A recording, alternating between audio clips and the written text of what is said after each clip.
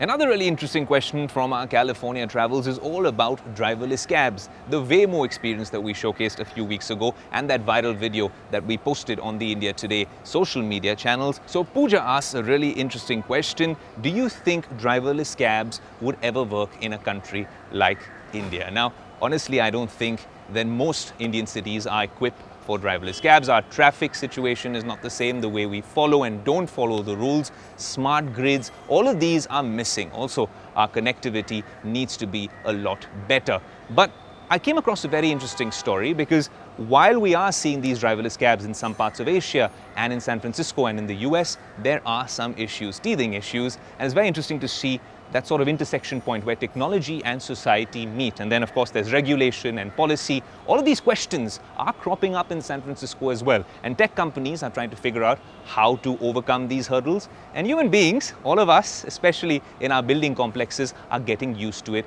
as well. Here's a snippet from the viral neighborhood in San Francisco where the residents aren't very happy about AI and driverless cabs. Have a look.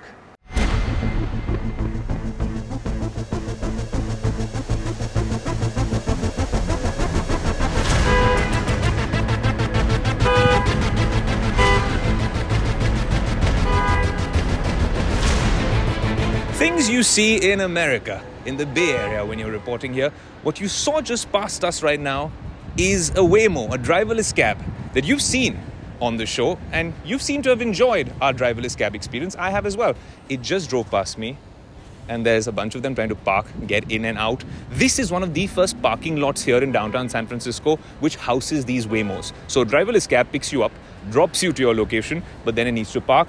This one seems to be leaving. I shouldn't look like a stop sign, else it will stop. It's trying to get out right now as we speak. I'm here on the footpath. Let's see how quick and good the algorithm is, but I'll tell you a little bit more whilst it is happening as well.